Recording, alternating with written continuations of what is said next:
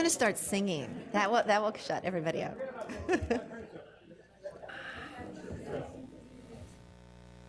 You have your...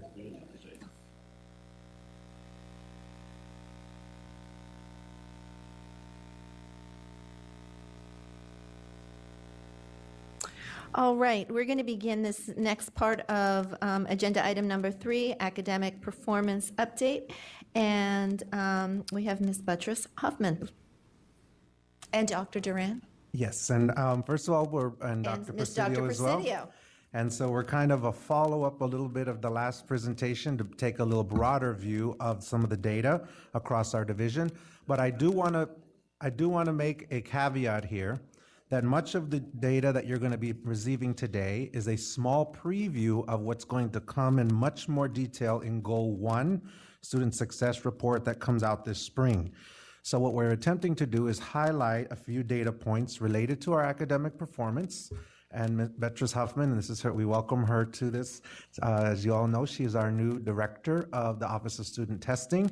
And this is her first time come before the board, and she's done a phenomenal job of working not only on this data, but also in partnering, as Mark was sharing, with the Project Momentum team and many of our offices to help us have that data point. So I'm going to turn it over to Buttress, who's going to walk us through, again, very high-level, small preview of some of the work that you will hear about more detail in our Goal 1. And Dr. Presidio is here for later if there are questions as we dig into what the data means and its implications. So as we share the data today, we put together, again, kind of a high level that pulls a reminder of our demographic context. You alluded to that in the previous conversation for Project Momentum, how the impacts of some of our demographic attributes, such as our English learners, our economic disadvantage, and our other elements all go into impacting our performance data. We'll also be looking at graduation rates, standard of learning outcomes at a high level, and an international comparison through an assessment aligned to Pisa.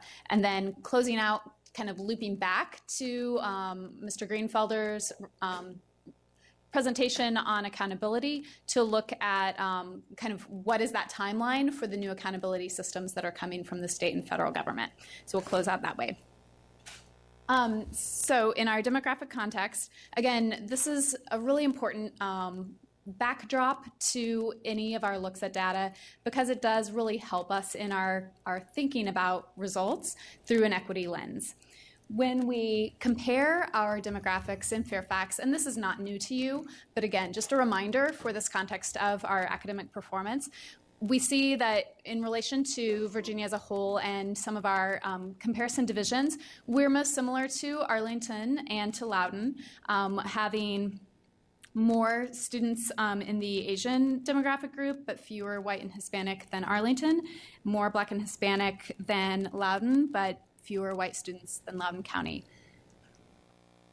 Here are 3 other important aspects when we think about demographics again. These are important when we think about our performance data because along with the ethnic breakouts, these are the 3 groups that are used for federal and state reporting purposes.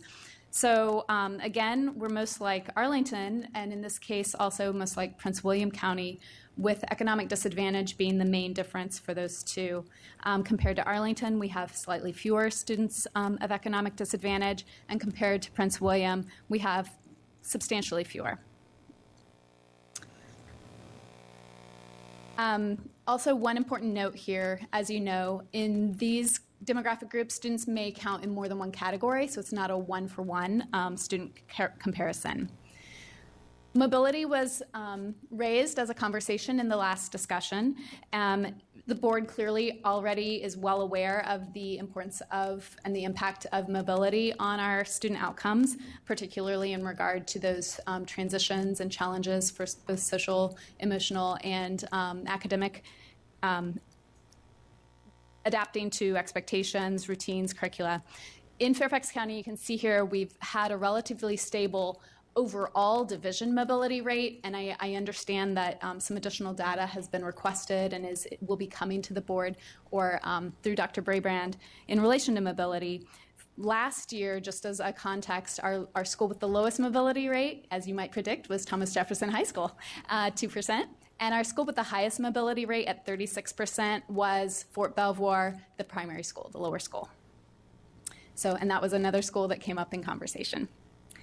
So beginning with the end in mind, with our graduation outcomes, we want to recognize, again, that the ability for a school system to graduate on time students is one of the measures of success of a pre-K-12 system. So when we are looking at this data, we're hoping that will assist us in forming some of the questions and ideas as to steps that could be put in place throughout a student's academic career to get them ready for that graduation from high school and then college and career. I'm going to share two of the academic measurements for graduation today. There are three total that are used in Virginia. The first here is the Graduation and Completion Index. This one, again, relates back to Mr. Greenfelder's presentation because this is the measure of graduation that is used for accreditation. So when we're looking at a high school's accreditation, they already have this additional factor on top of their academic performance. And you can see the criteria that are used for the calculations.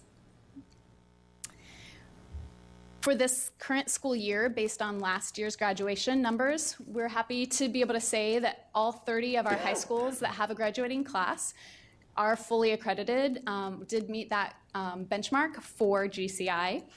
One of those schools met through a 3-year average.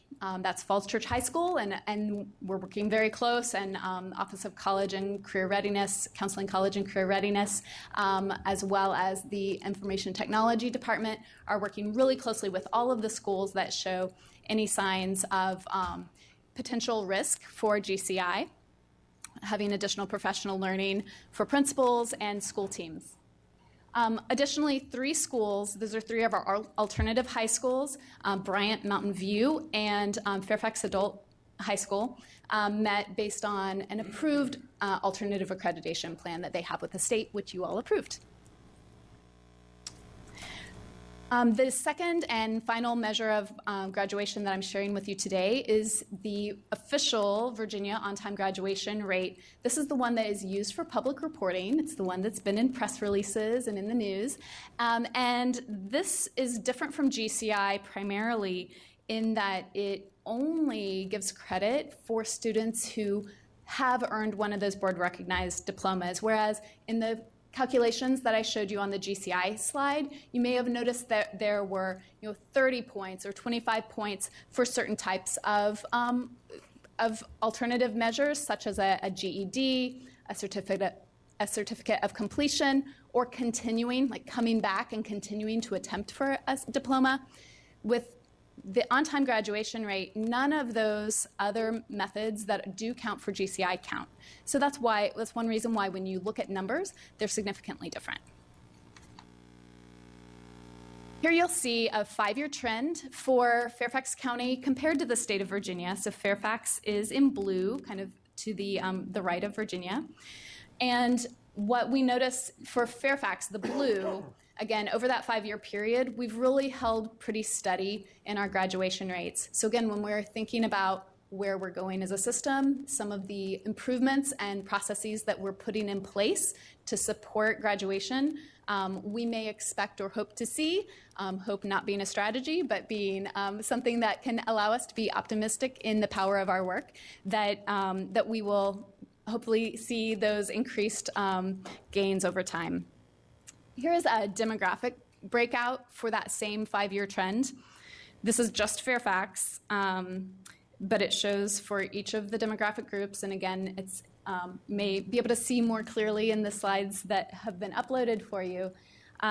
What we can see, though, that with 2 exceptions, each of our demographic groups between 2012, the class of 2013 and the class of 2017, we have seen gains in each of our subgroups. The exceptions are Our Hispanic students have actually seen a decline of 5 percentage points, and the all student group, or the overall group, has seen a decline of 1 percentage point, which is not statistically significant, but is a decline. Two of the targeted groups that we have really been working with and are keeping an eye on in terms of our closing achievement gaps, the Black subgroup and economic English learner subgroup, both saw gains 4 percentage points and 3 percentage points. So we know that the effects of some of our recent program changes, such as the English Learner Pathways to Graduation, the supports and advocacy for students with limited or interrupted formal education, SLIFE, that we've been working, again, with Dr. Bray Bran and the state, that we've been working internally, the English Learner development, the English language development standards that are being rolled out and put in place, and supports for high schools. All of these programs that have started are going to take time to pay off. So again, maintaining that course and sustaining the work to see gains over time. As we move to look at just a high level, again, look at the standards of learning. Again, we know that standards of learning, as the board just discussed in your prior conversation, is only one form of assessment that we that we care about in Fairfax County. It's part, though, of our balanced assessment system that's included in the strategic plan that we're working toward as a division. And as we look at this, it is an important indicator for reading and mathematics future learning and success for the school system. So again, we hope to be able to form some questions and ideas that would allow us to strengthen our academic programs for every student's success in these areas. So just looking at reading and math for these slides, we have 3 views of reading and 3 views of mathematics. Here, Fairfax is the teal diamond over a 5-year trend. And again, for reading, over those 5 years, a very small increase, 2 percentage point increase over the time. And our other comparison divisions and Virginia are noted there as well. Breaking out by test level, so for the grade levels and then the end of course tests, we also see the way that performance breaks out. Test level analysis used at a school or at a region level can assist in conversations to inform action planning and resource decisions, such as master scheduling, staff assignments, professional development. At a division level, this is just one of many factors that we can look at as we're thinking about the professional development supports needed.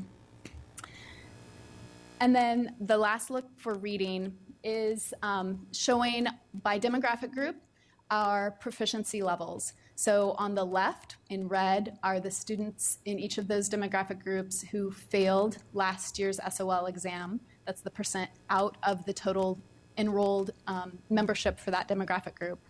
And on the right, for blue, are the students who passed at a proficient level, and in green, pass advanced. So we can see the distribution of those proficiency levels across our demographic groups. At a school level, again, demographic analysis helps to further those conversations for action planning, particularly in specific actions that will assist the school in closing achievement gaps. And again, at a division level, we use similar analysis of even more detailed data to assist us in thinking about where we have gaps and where we want to continue to grow our programs. Some of the areas of focus that the board has assisted to put in place over the last few years that you're well aware of, the focus on literacy in the division has just very recently successfully implemented a secondary literacy framework, as well as substantial professional development over the past 3 years, I believe, in literacy across the division. A new elementary planning and pacing guide for literacy rolled out this year for the first time. And also the universal screener that the board helped to implement for this year will provide us systematic K through 6 reading data 3 times a year for every student, which is another substantial asset for helping early identification of students' strengths and needs for instructional planning for those students. Those are all areas that, again, over time, we would expect to see pay off in in closing those gaps and to increase student performance. Looking now at mathematics, the same three views over time. Again, Fairfax is that teal diamond. We've seen a 4 percentage point increase over the 5 years. At a test level, here, those high school courses, Algebra 1, Geometry, and Algebra 2, those do reflect the students taking the test regardless of their grade level, as would make sense. And then finally, for mathematics by demographic group, again, the same layout as in the prior slide. And again, being able to, at a school level, use this type of data to really think strategically about where specific actions and priorities would be set to assist that school in closing the gaps that they might see and to help every student succeed. Our strategic plan does include actions to increase division level access for advanced math coursework.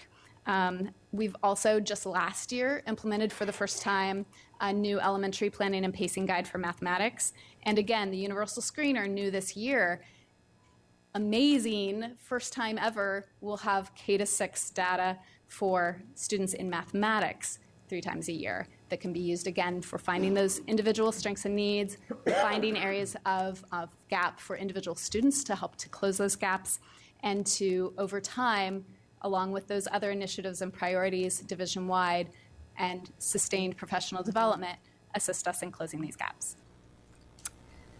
So again, SOLs are one way to look at our data, and they're a way through which we're accountable, as you well know. And another way that Fairfax has looked at our data over the past many years has been through international comparison, through an assessment called OECD Test for Schools, which is aligned to Pisa.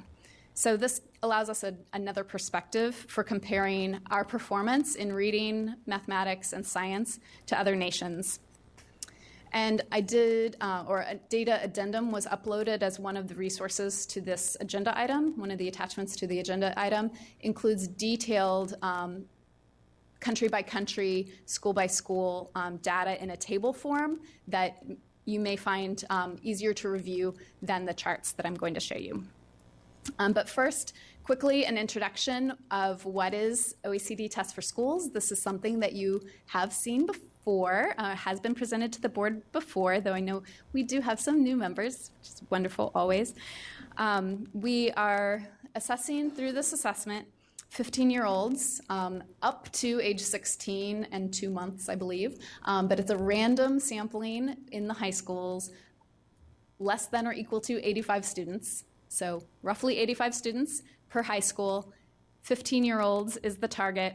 And in Fairfax, we administer in even-numbered years. So the last administration was fall of 16, fall of last year, and this data has been correlated and aligned to the Pisa results internationally from 2015. And that's done through a international consortium. The assessment itself is focused on problem solving. It's the questions are presented in a way that are relatively different than the standards of learning questions that students are accustomed to. And using the link that's in the presentation, you can see more information about this assessment, and sample questions are there as well.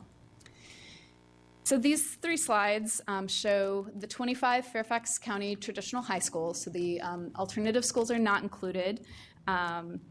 And the U.S. average is in orange. So the 25 Fairfax schools are in blue. The U.S. average is in orange. The 2 schools, or 2 bars in green, are Singapore and Finland. Singapore was the highest ranking country in each of the 3 subject areas. So the leftmost green is Singapore, the rightmost green is Finland in each of these. And then there's a dotted line that shows the OECD, or the PISA-aligned average as well. So you can get a sense from this that that Fairfax County is competing reasonably with other nations, and again, looking at that data addendum to have more information through this one measure, of course. In mathematics, we see an even more appealing picture as far as where Fairfax ranks compared to the US average in orange and Singapore and Finland. And finally, science. So again, to loop back to the presentation that we just left with Mr. Greenfelder and the Project Momentum team, looking back at what is this context of changing landscape of accountability, because Office of Student Testing and Office of School Support do work very closely together for understanding where our schools are, making decisions about which schools need the support, and then, of course, Office of School Support providing the resources. The board, I know, has been well aware, and Mr. Greenfelder reinforced that we do currently live under two accountability systems in Virginia, the state system and the federal system. There was optimism early on in this review process and reform process that the ESSA, Every Student Succeeds Act policies, and the state standards of accreditation reforms would allow for a fully aligned and basically a merged accountability system. What has evolved through the course of unpacking all of those details is that that has not been the case. However, the result that is currently in review is significantly, substantially more aligned than anything that we've seen in the recent past. So while it is still two accountability systems, the Department of Education is suggesting that we think of the federal accountability system as a subset of the state accountability system, and that both will still be measured, both will still be reported, and accountability will be held for both, but that the federal system is really essentially a subset of the state system. Looking at the timeline, as was referenced earlier, the Every Student Succeeds plan that Virginia submitted has gone to the U.S. Board of Ed and is scheduled for peer review at the end of November. So depending on the amount of feedback and requests for revisions and negotiations and how those go, the amount of time before we do have a final solid federal plan is a little bit up in the air, but we are hopeful, the Department of Education is hopeful that we will have a final determination by early in 2018. And that would also align with the timing then that the state would be able to finalize guidance on the standards of accreditation, because again, there's so much alignment in the two plans. Some of the details may, in the federal plan, impact the state plan as well.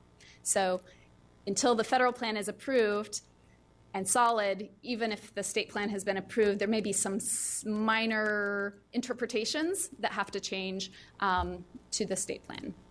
The state plan is scheduled for review 1 month from today, and based on that then and the results of the federal plan being finalized, we'll see guidance coming out from the Department of Ed over the coming months. And in January, the Department of Ed has said that they will be releasing data calculations, so those attendance calculations, all of those other metrics that are proposed as part of the new plans will be calculated and given to divisions based on current data, so a division can get a feel for not only how exactly do these calculations work, but also what would be the impact on me if this accountability system had been in place yesterday. As we referenced in the previous presentation, the timeline for actually transitioning for the state plan, we will have a transition year next year. The state has said that they will be calculating every school's accountability for accreditation under both plans, the current plan and the new plan. And whichever is most advantageous to the school is the one they're going to apply for that school for next year's accountability. So that's really positive news, extra work for them, but we appreciate that they're willing to do that for the benefit of schools and to fully reflect this through the time of transition. For the federal plan, this year's testing will play by the new rules. So next year's federal accountability will reflect the new final approved plan, and this year's testing results will be reflected in that. And as was also previously mentioned, and Dr. Duran has offered, I believe previously as well, that additional updates and resources will be offered to Dr. Bray Bran and the leadership team, and as requested to the board as well. And that concludes our presentation, and we're open for questions. All right, I'll just follow up on that. We decided not to include what all the proposals were since they're not finalized, but once they are finalized, we're happy to come back and share with the board what those are. Thank you very much. We have Ms. Palchik, followed by Ms. Corbett-Sanders. Thank you, and thank you so much for your work. I'll be brief because I know we're behind. Two very quick questions. I hope one on the iReady. I saw that we have approximately 3 assessments throughout the year. So I guess I was just wondering, and I think it's a great tool, but just being mindful of the amount of testing that is happening in schools. Do we have a list of the frequency per grade per subject of the iReady assessments? We do. We could get you more detailed information. We'd be happy to do that if that's something you're interested in. But essentially, it's 3 times a year to make sure that we're progress monitoring students over the course of the year. So that first assessment really kind of gives us a baseline of where the students are. And then we check that baseline 2 more times over the course of the year in our elementary grades in the subjects reading and math. So last year we ran the pilot in 15 schools, and we had really good success with actually being able to use the assessment information for instructional purposes. This year we've scaled it up so it's in use in all 141 of our elementary schools. We will, and Beatrice's team has been fantastic in terms of running correlational analyses for us to really look at the effectiveness of the assessment information, its predictive validity in terms of how did students do on the iReady assessment, and then how did those students actually do on the SOLs. And we have really strong correlations based on student scores on iReady as to whether or not they actually would be successful on the SOLs, which then gives schools the information and gives us in central office the information about where we need to target instruction. The iReady assessment also provides targeted instructional recommendations to teachers. And we're finding that those are useful as well when we use them in conjunction with our curriculum frameworks and our program of studies. So it is additional assessment, and there's no question about that, that's something that we need to consider and we need to balance. We're hopeful that as we found in our pilot schools, that once a school is able to administer the assessment, it becomes faster the next time around. The first time you administer it, it's a computer adaptive assessment, so it's trying to gauge where the student's performance level is, which takes more time in terms of more questions to be able to generate that performance indicator level. And then also just the logistics of giving the assessment to so many kids gets smoother after you've given it one time. But we do believe that it's a critical assessment. We used it, as many of our board members around the table will remember, to really make sure that we're looking for those skill gaps, particularly in early literacy, and looking for those markers and indicators that could manifest into dyslexia for students. So that was the original intent and purpose, and it continues to be. But we've also gone with the math component as well, because we think those foundational math skills are really important to assess as well. So we'll continue to give you more information about the results. As Dr. Duran said, that will be something that will feature prominently in the Student Achievement Goal Report that we'll do in the spring. We're happy to meet with individual board members and talk more about it as well. No, I appreciate that. And I guess if there's any way to get just to that, because I know I've heard great things about it, but also, a little bit of the feedback of how long young students are spending. So if there's any way to, I'm sure it tracks amount of time spent at each sitting. So if it's possible to get, so this is K through 6, the data of just, so we can see really how long the kids are sitting there with the assessment would be helpful. And I do appreciate, I've heard such great things, CLT's looking at it and being able to, the way it presents the data seems to be very helpful for teachers and teams. And I guess my other question is, and perhaps you'll present more, I only got a very brief overview, chance to look at the SOL Innovation Committee. Dr. Duran, unfortunately, it looked like the assessment changes were mostly rejected. And so any update or feedback information you can give us on that work? The SOL Innovation Committee is made up of citizen members and elected officials. And in order for any recommendations to move beyond our committee, which I serve on, to the state board, we don't make any decisions at the SOL Innovation Committee. It's purely recommendations. There must be a vote of the citizen members and then the elected officials, and both groups have to have a majority in order for something to move forward. So the substantive changes that we were recommending, we'd spent about a year working on some changes, were not moved forward. The citizen members, which I'm on, we all voted unanimously for them to move forward, but the elected officials did not. It did not pass any of those. And a couple of those where I heard previously to talk about science. So one recommendation was at elementary and middle school to have the science assessment, rather than be a traditional standardized test, to have it be a performance-based assessment where we could look at how students were applying their content knowledge in a meaningful way. That was one substantive change that was recommended. Doesn't mean it won't move forward, because it now goes to the State Board of Ed, and they potentially could take that and look at that. It's just that it's not moving forward as a recommendation from the SOL Innovation Committee.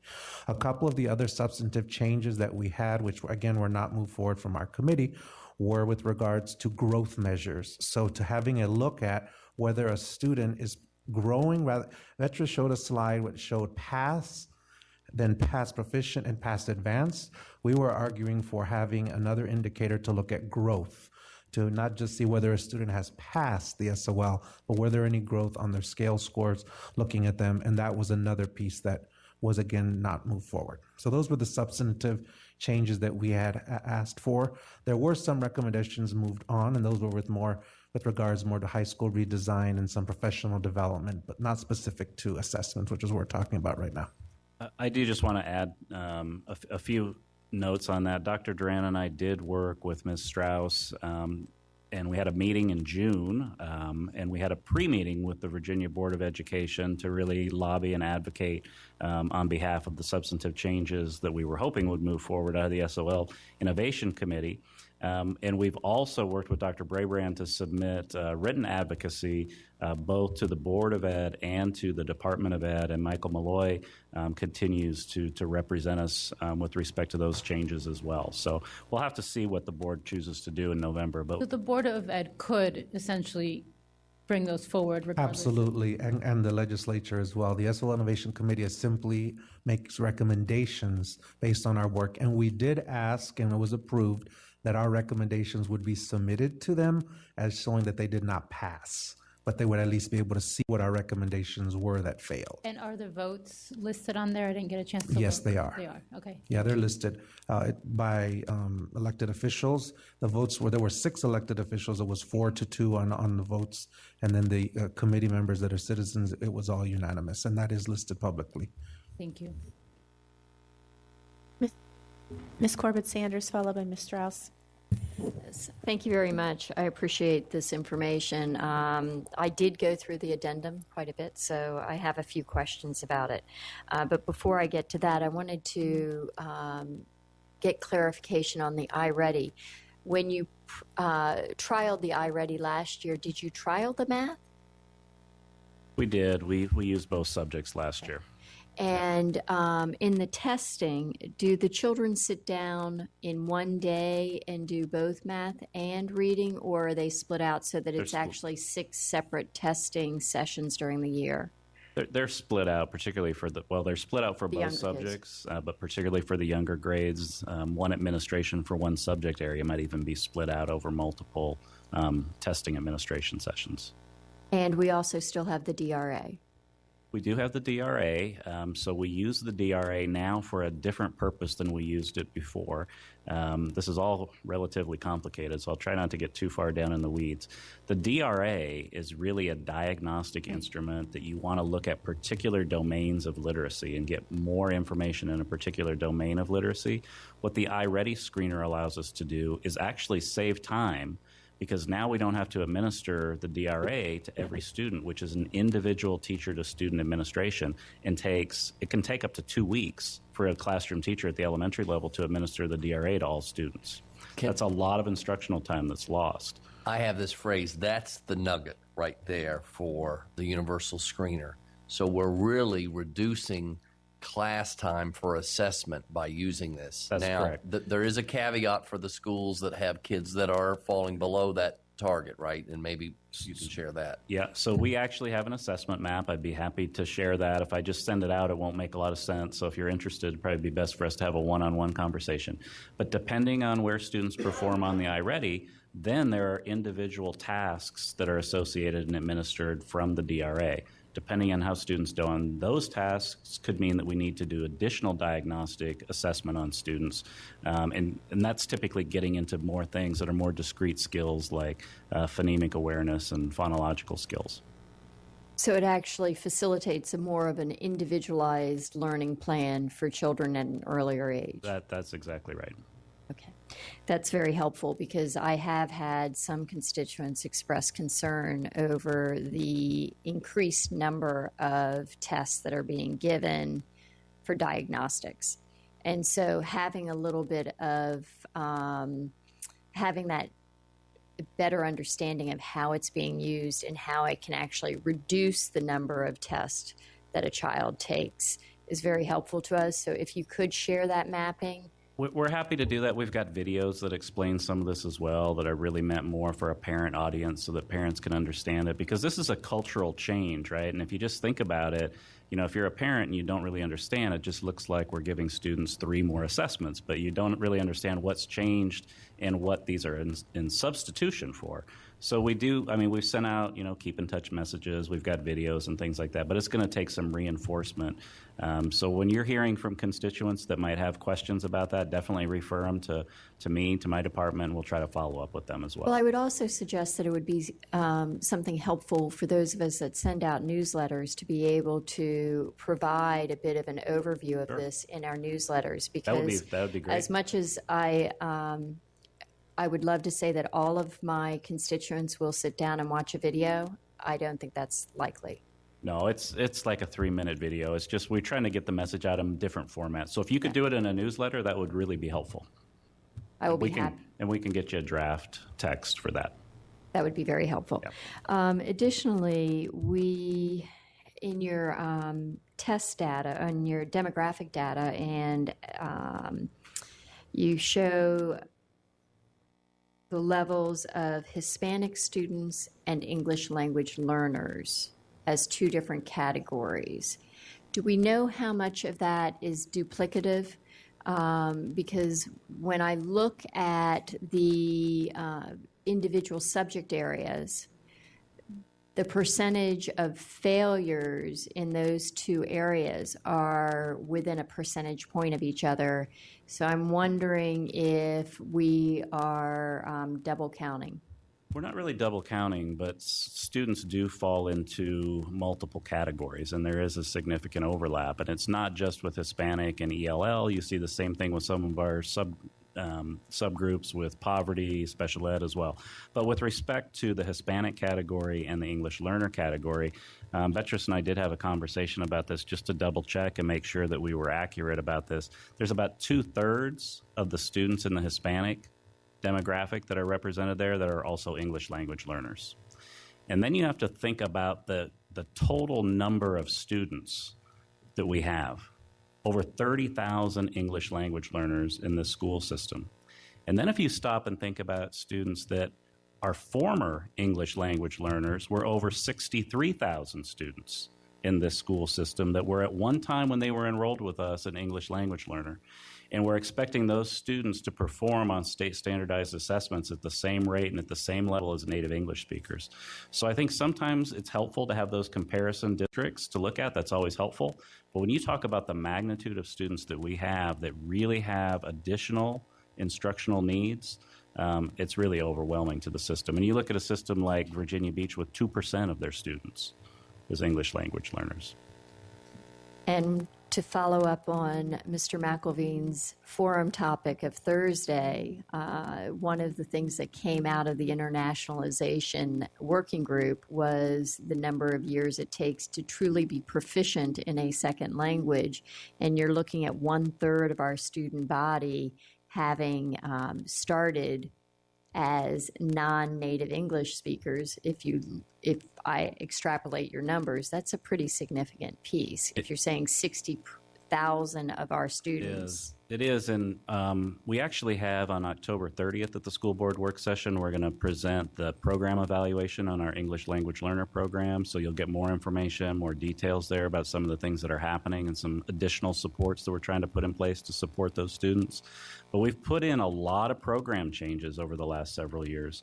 I just want to highlight a couple things since we're talking about this. When you talk about the graduation rate for those students, remember, we now have our new high school programming at all of our high schools. That was last year was the first year of full implementation.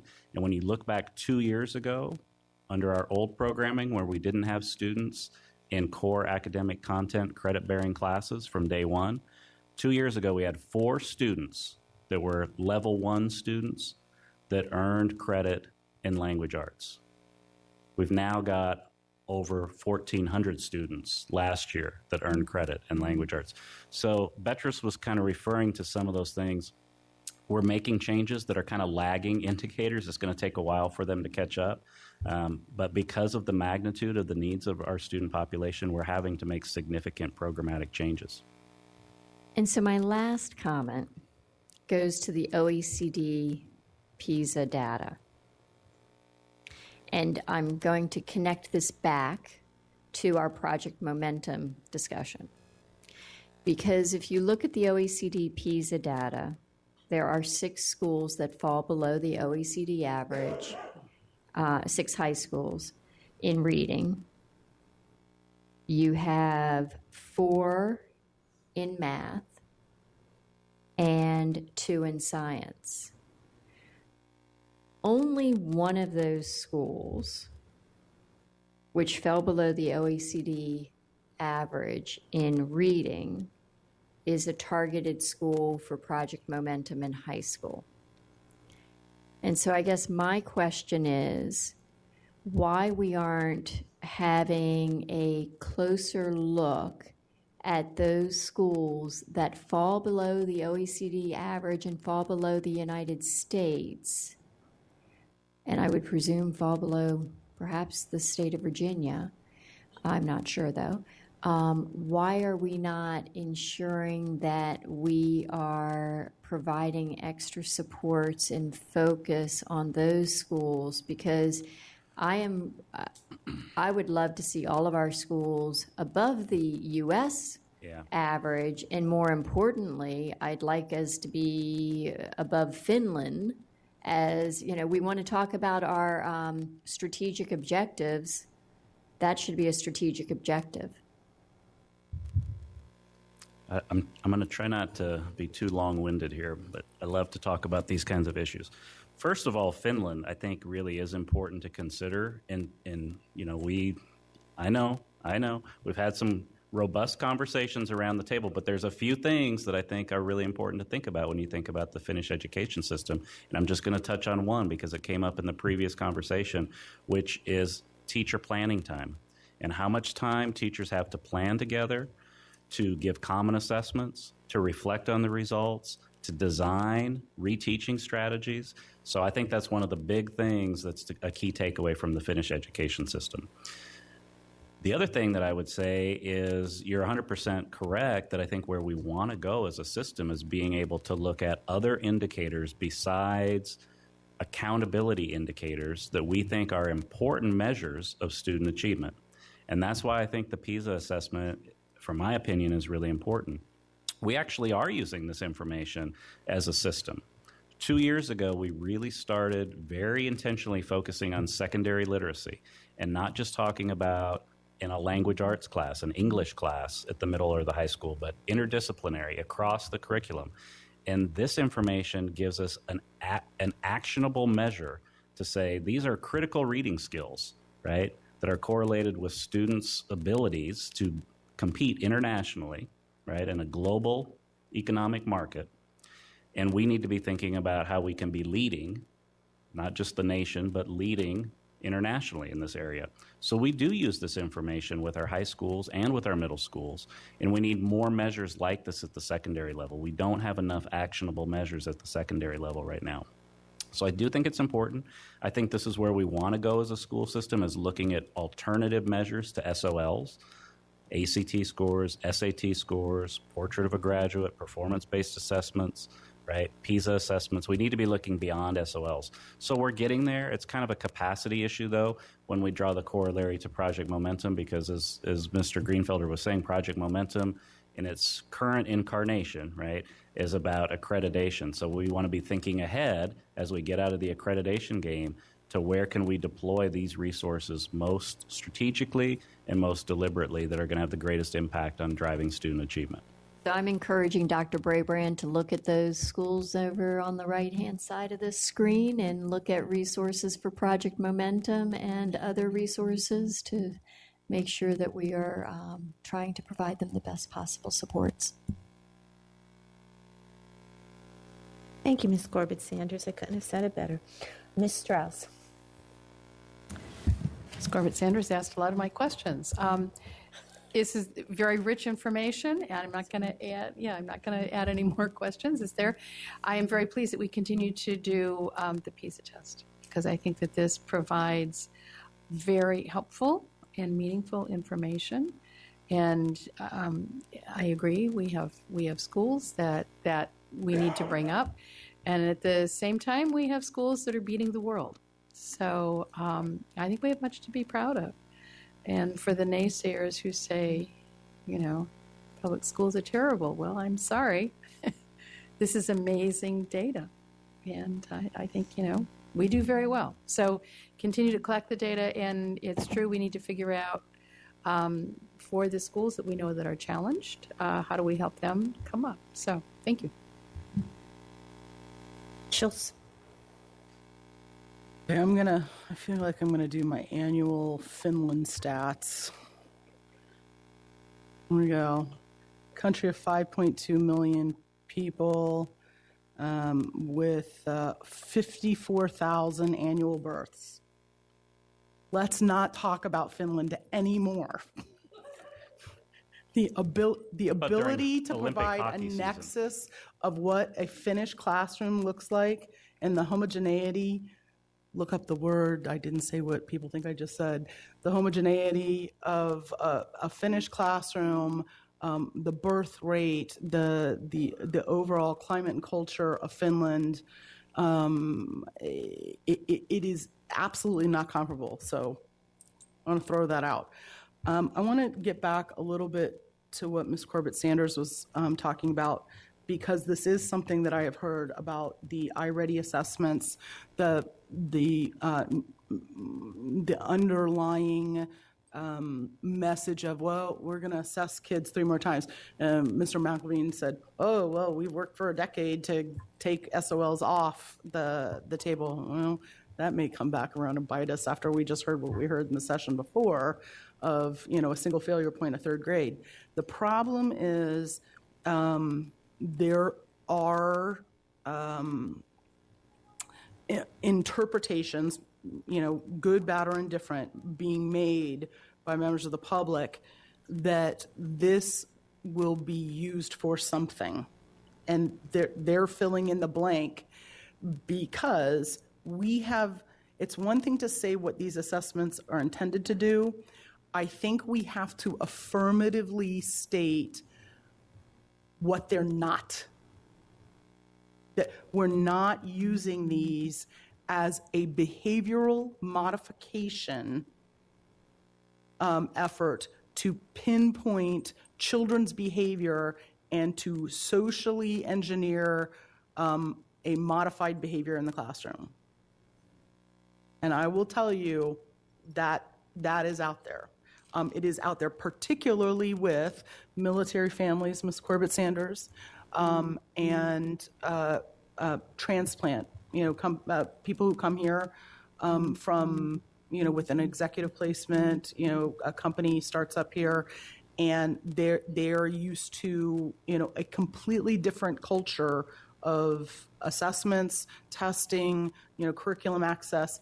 And something that has come up, Dr. Bray Bran, that we may want to consider, and I don't know how to go about it, but there is a lot of military family concern around something like this. And the question of how military families access an understanding of what even happens in our system. They sort of just land here, and we're fast-paced here in Fairfax County. If you're an Army family or Navy family, if you're actually even with one of the the intelligence community, we're a creature unto ourselves, and I think something like this can rifle through that community very quickly without us knowing about it. And I think it's incumbent for us to state very emphatically what we're not doing with this information. And I've spent probably, hours just in the last few weeks as this information is getting out, helping people understand why we need to assess the learning to read so that they can read to learn later, and we can be an interventional in our approach instead of remedial later. And it's very, very difficult getting a handle on this. And with military families not knowing, they said, should I just go to should my school possess all the information that's necessary for a military family to acclimate to? I don't necessarily want to create another central function, but somewhere between the principals and the regions, there should be some degree of so there's newcomer, and we're talking a lot about ESL and how we accommodate that, but a true newcomer to Fairfax County is just as bewildered, particularly if they've been in a State Department school overseas or something. So talking about what it's not, I think, will help. Do you understand what I'm... I do. I appreciate it. We'll work on, again, like I said, we've sent out communications centrally. Many schools have actually had back-to-school nights where they've talked about it. I know that all of those things help. So we'll work on some communications maybe that you could include in some newsletters and really try to emphasize the what is and what is not. So to capitalize on something that we were saying earlier and tie a thread, it's the fidelity of maintaining, the scalability of that. Was that same message repeated at every single back-to-school night the same way? Were people informed the same way? Did that information scale? Is part of the question. And then I only have one other question. I have a lot of other questions, but sure. Only one other question is Pisa. What's it cost? Because we started off with a grant and somebody else is paying. So what are we paying? What does this cost us in our budget? So the OECD test for schools that we administer every other year on our current cycle is roughly $500,000 for the 25 school participation, and that includes then the analysis. Comprehensive reports for school level on our command center are posted. The reports for all 25 schools, I believe they're 142 pages each per school. So it is. You jumped very quickly past what I thought I heard, which was on a grant cycle. So are you saying we're still getting grant money? No, it is not a grant. Not a grant funded, excuse me. So $500,000 every other year. Cycle.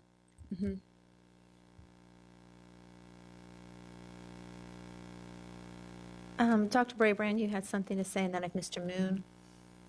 I just wanted to make well, actually, let me let Mr. Moon speak. Okay. You sure about that? Okay.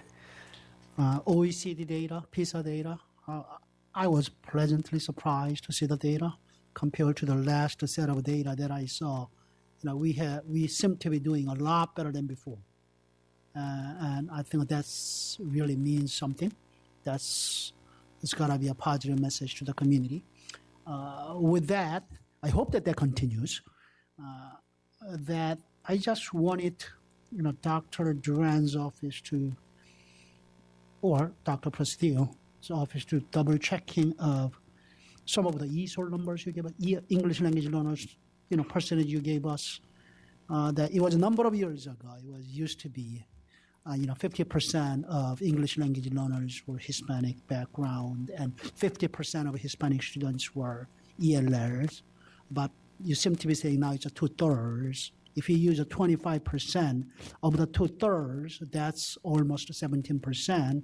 The other day I was looking at these numbers myself, and we have a little more than 35,000 English language learners, and that's about 19%. If 17% are Hispanic, are you saying that only 2-3% are coming from other ethnic backgrounds? That seems to be somewhat, I cannot add up those numbers to be right.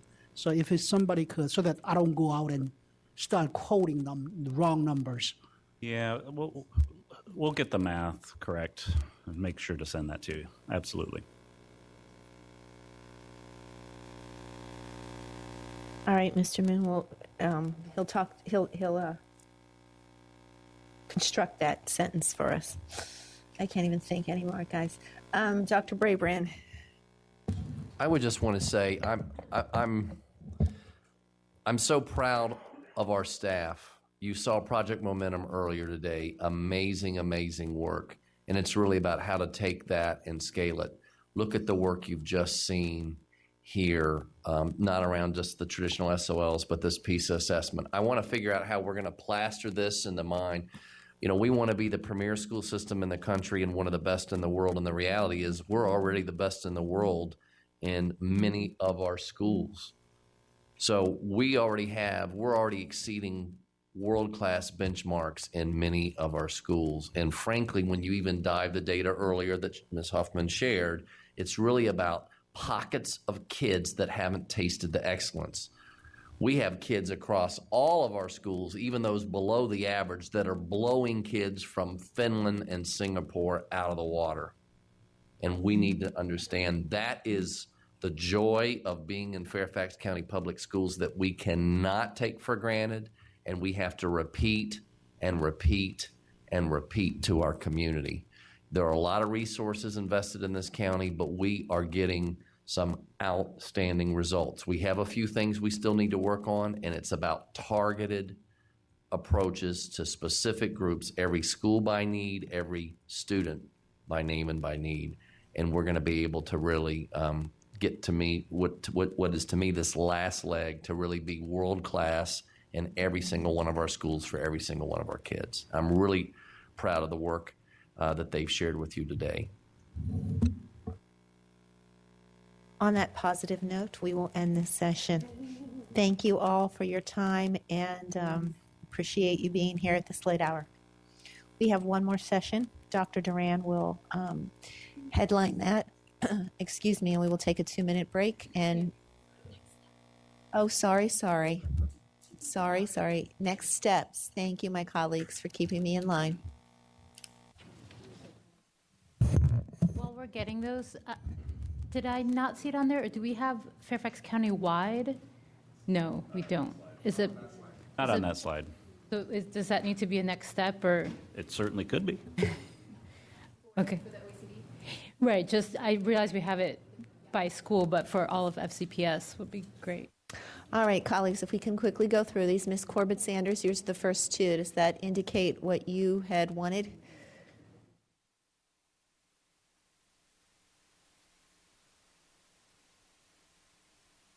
First one's good. All right, well.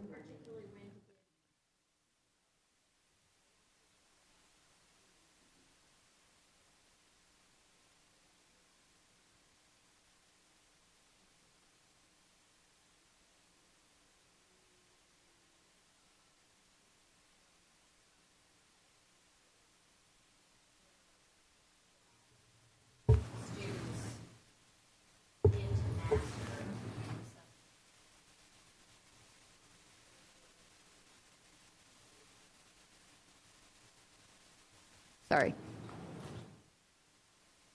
All right, we typically vote on these, so we will, and I think we need to consider building in more time up above for the first one, because I don't think we can dictate that, because the calendar is a very complex thing, as we talked about.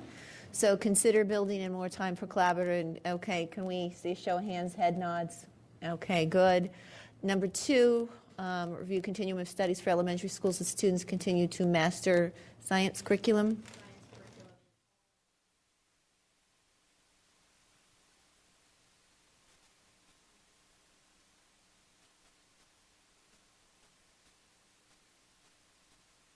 With fidelity in all schools? Yes. That's what Ms. Corbett Sanders wants to say. With fidelity, with fidelity.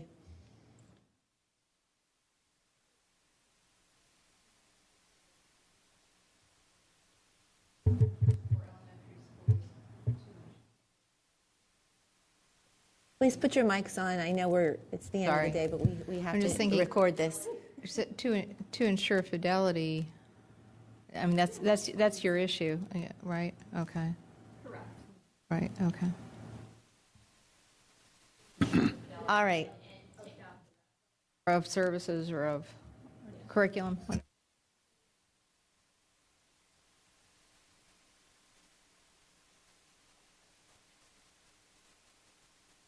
Okay, show of hands on that one. All right, Ms. Schultz, yours is the next. 2. No, No. I don't think so. No, that's not a next step. Okay, next one.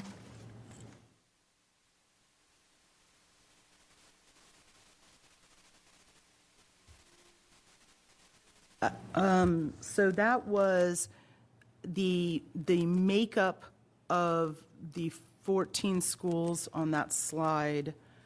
The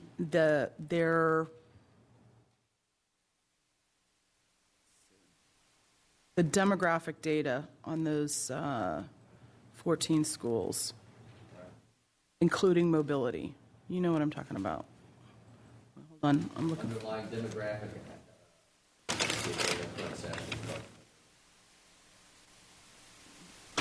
I'm looking for the slide so we know which slide that is.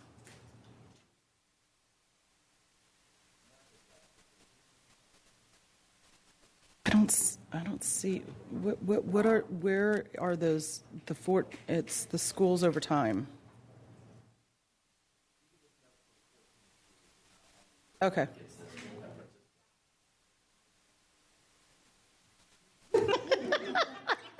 Okay. Woo! Okay. Tell us the end of the day. We can add the 14 schools, and I'm sure our staff will get the right slide and make sure it's taken care of. And the demographic data on it doesn't need to say underlying attributes of the 14 schools. Take out and their current status with regards to, and just say including mobility. That's it.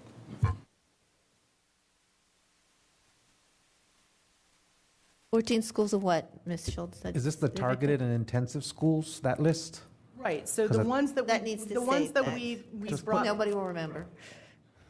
Yeah, so put targeted and intensive instead of 14, because we're thinking it might be 16, but I'm not sure. Just say targeted intensive. That's better. Anybody good with that? Yes? Okay, thank you. Ms. Strauss, the white paper on... That's fine. I'm supportive of that. Research. Because I said the same thing. Can I, I'm sorry.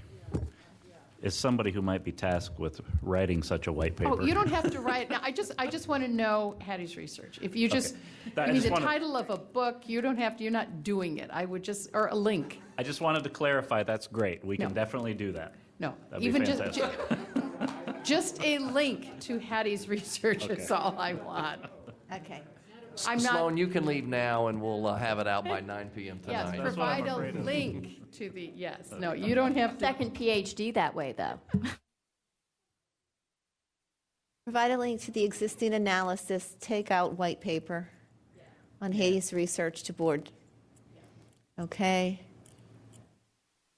And I think somebody already told me that, the information, bridge decay, it was, please state that again, Currently 52 schools. 52, when we started around 7. And, all right. Yeah, we have the answer. I'm okay with the next one. Are people want that information?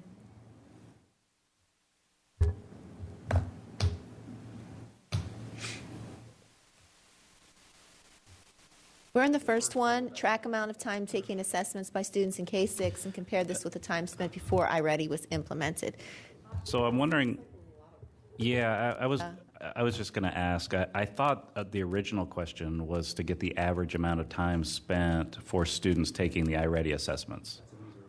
Sure, that's fine. I wanted to give it some context if it's too much work, I understand, but for us to say, because of iReady, students are now spending all this time, if there's any way to give approximately how much is spent Well, we with had the DRA. average that they were spent on DRA. It's not going to be exact, but it's an Maybe average we that could we say had. as- And then we Average can is print out the fine. report. Yeah. That's As very long as easily they're side by printable. side, so we can. Okay. So maybe we It could says say that. something to the effect of the average amount of time students spend testing on iReady as compared to the DRA.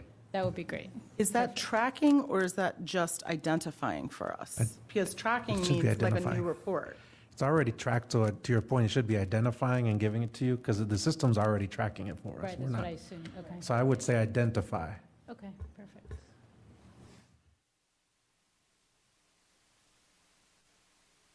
And can I clarify? I believe you requested that by grade level? Or If overall? it varies, sure, but Ms. Mobley, as compared to the DRA.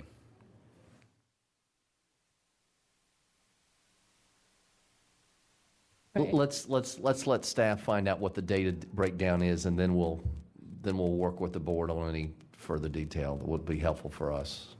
All right, is there a consensus to do that? Is there a consensus to do that?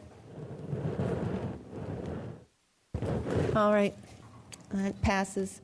Provide text for use in board member newsletters about testing, about iReady testing. And you'll send that to the full board. That'll be great. Can I just clarify, are we calling it iReady or are we calling it Universal Screener? Because people are getting confused. Yeah. We would prefer to call it Universal Screener. Correct. I would prefer to call it that because that's what we've used. Yeah. It's very important, I think, distinction to call it Universal Screener because iReady is the company. We might change the company. Who That's knows? correct. That's So we exactly why I really brought it should up. have the title of what it is Universal Screener. Okay, thank It you is for that iReady, clarity. but that's the company. Thank you. All right. That seems agreeable. Yes? All right.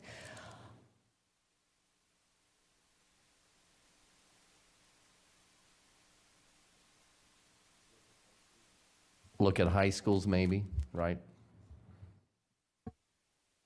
Let me go to slide 21. Madam Chair? Yes, ma'am. Go ahead, speak. So in connection with, I think this is the same slide, yes, slide 21. I didn't ask for this, but I'm going to now.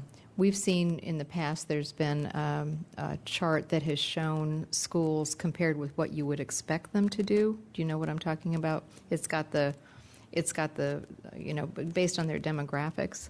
That is included in that 142-page report by school by school, because the report is an individual school report.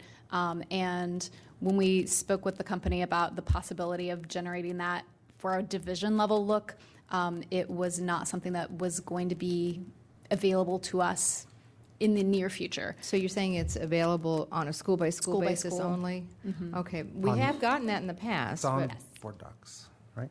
And so has that been posted? I don't think that was posted today, was it? The attachment is a table that shows the mean score for each of the schools for Fairfax and the participating international countries and other regions.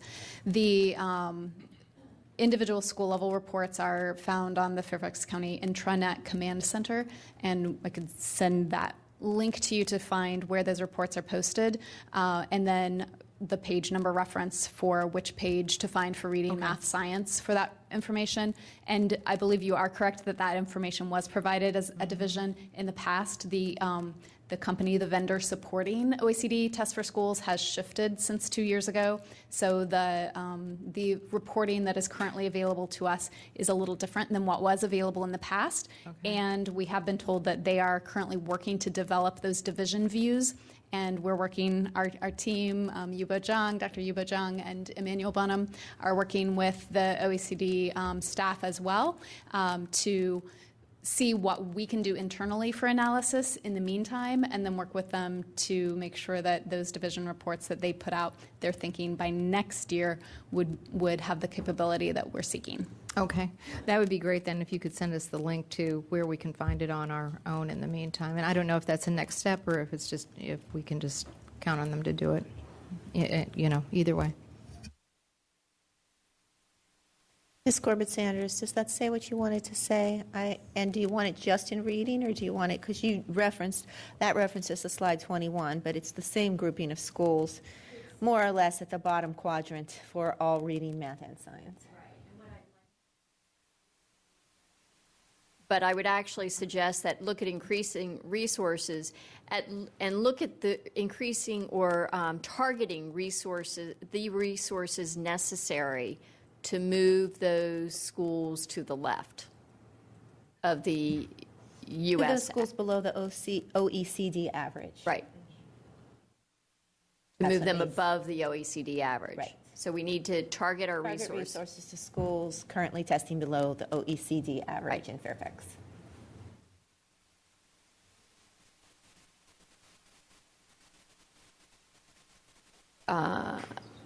Yeah, so you take out increasing, so you say targeting resources necessary and to move those schools above the OECD average. We want to take out slide 21. Yeah. Because it's... Look at high schools on the right side of slide 21. That's irrelevant. Well, what you could say is look at high schools falling below the OECD average.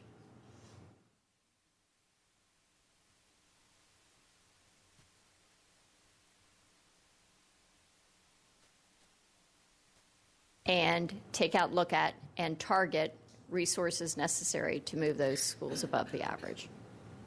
Can I share one comment about that? Just as we gave the test multiple times at Chantilly High School, and I will share that we are very challenged as high schools because that is not a required test, and so students and parents often opt their children out. I think my last testing, we only had 35 students that were tested, so just as a caution there. I would add, though, I mean, again, working with the vendor, they have the sample size that they need for reporting purposes, for validity reporting purposes. So if we have a school that doesn't meet the threshold, then we would work with that particular school to try to get more kids in so that we would actually have the sample size needed for validity. So, but it's a challenge. And the reason we do it, again, this is a very expensive test, as we talked about, but these are scored individually, which drives the cost up. So that's why we've chosen not to test every single student and to go with a sample, a random sample.